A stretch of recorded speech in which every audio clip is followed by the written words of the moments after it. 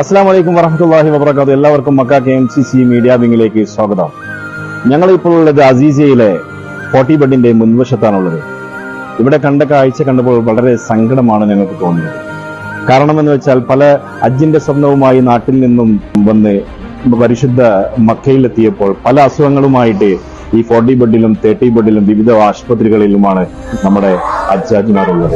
അതിന് Mecca KMCCയിലെ medical wing അവർക്ക് താങ്ങും തണലുമായിട്ട് എന്നും ഉണ്ട് എന്നാണ് ഞങ്ങൾ കണ്ട കാഴ്ചയിൽ കണ്ടത്. നമ്മുടെ മെഡിക്കൽ വിങ്ങിന്റെ കോർഡിനേറ്റർ ബഷീർ മാനപുരമായിട്ട് നമുക്ക് ചോദിച്ചറിയാം 40 ബെഡിലെ വിശേഷങ്ങളുമായി. കമാ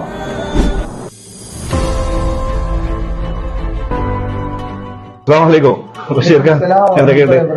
ഇവിടുത്തെ ഈ രോഗികളെ കുറിച്ചൊക്കെ ഒന്ന് പ്രേക്ഷകർക്ക് അറിയണം താല്പര്യമുണ്ട്. പ്രാവശ്യം ഹജ്ജിന്റെ സമയത്ത് ഒരുപാട് ആളുകൾ രോഗികളായി വന്നിട്ടുണ്ട്. പിന്നെ 40 ബെഡിലാണെങ്കിലും 30 ബെഡിലാണെങ്കിലും മറ്റ് വിവിധ ഹോസ്പിറ്റലുകളിൽ ഒരുപാട് മലയാളി ഹാജിമാരും അല്ലാത്തവരുമായിട്ട് ഹോസ്പിറ്റലിൽ കിടക്കുന്നവരുണ്ട്. ഒരുപാട് ആൾക്കാർ ഡിസ്ചാർജ് ആയിപ്പോയി, ഒരുപാട് ആൾക്കാർ മരിച്ചുപോയി.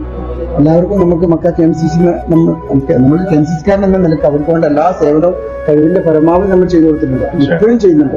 ലീഡർമാരൊക്കെ അതേപോലെ കുഞ്ഞുമാൻ സാഹിബ്, ജീപ്പൂട്ട് അവരൊക്കെ നിരന്തരം നിങ്ങളെ എല്ലാ മക്ക KMCCന്റെ എല്ലാ നേതാക്കന്മാർ ലീഡർമാരെല്ലാം നമ്മളെ വിളിച്ചോണ്ടിരിക്കും. കുഞ്ഞുമാൻ സാഹിബാണെങ്കിലും പൂക്കോട്ടൂർ സാഹിബാണെങ്കിലും പൂക്കോട്ടൂര് ഇവരെല്ലാം നമ്മളെ വിളിക്കുന്നുണ്ട്.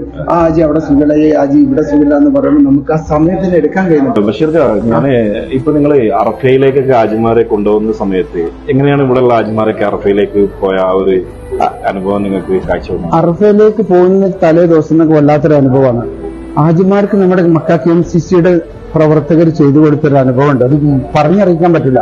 കാരണം ഹാജിമാർക്ക് അത്രയും ഉപകാരപ്പെട്ടൊരു സംഗതിയാണ് ഈ 40 ബെഡ് ഹോസ്പിറ്റൽ 30 ബെഡ് ഹോസ്പിറ്റലിൽ കിടന്ന് പേഷ്യന്റിന് നമ്മൾ കൊടുത്തത്. കാരണം അവർക്ക് ഭയങ്കര സങ്കടം വിഷമമായിട്ടാണ് ഇവർ ഇവിടുന്ന് പോയത്. ഒന്നും കഴിയാത്ത ആളുകളെ KMCCയുടെ പ്രവർത്തകർ വന്ന് ഇവിടുന്ന് കുളിപ്പിച്ച് റാഹത്തായിട്ട് നല്ല സാധാരണ ആളുകൾ പോകുമ്പോൾ തന്നെയാണ് അവരും പോയത്. പക്ഷെ അവർ നടന്നല്ല പോയത്, അവർ ആംബുലൻസിലാണ് പോയത്. പക്ഷെ അവർക്ക് വേണ്ട എല്ലാ ഹജ്ജിന് പോകേണ്ട ആ സമയത്ത് എന്തെല്ലാം ചെയ്യേണ്ടത് അതൊക്കെ നമ്മൾ ചെയ്തു കൊടുത്തിട്ടുണ്ട്. സൗദി ഗവൺമെന്റ് അവർക്ക് എല്ലാ സംവിധാനവും സൗദി ഗവൺമെന്റും ഇന്ത്യൻ എംബസിയും ചെയ്തു തന്നിട്ടുണ്ട്. പിന്നെ ഇവിടെ ആളുകൾ ഇല്ലാത്തതുകൊണ്ട് ബാക്കി കാര്യങ്ങൾ മക്ക KMCCയുടെ പ്രവർത്തനമാണ് ചെയ്തത്. ആ കൂടെ നമ്മൾ നിന്ന് കൊടുത്തു. അല്ലെങ്കിൽ അത് റാഹത്തായിട്ടാണ് ഹജ്ജിമാർ കണ്ണീരോടാണ് അവർ ഹജ്ജിന് പോയത്. കാരണം അവർക്ക് നമ്മൾ മക്ക KMCCക്ക് വേണ്ടി ദുആ ചെയ്യാത്തൊരു ദിവസങ്ങളില്ല. കാരണം അവർ അത്ര വിഷമിച്ചിട്ടാണ് ഇവിടെ കിടന്നിരുന്നത്. അത് അവർ പോലും വിചാരിച്ചിട്ടില്ല. പ്രവർത്തകർ വന്ന് KMCCയുടെ പ്രവർത്തകർ വന്ന് ഇങ്ങനെയും ഹജ്ജിന് കൊണ്ടുപോകുന്ന അവർ വിചാരിച്ചിട്ടില്ല.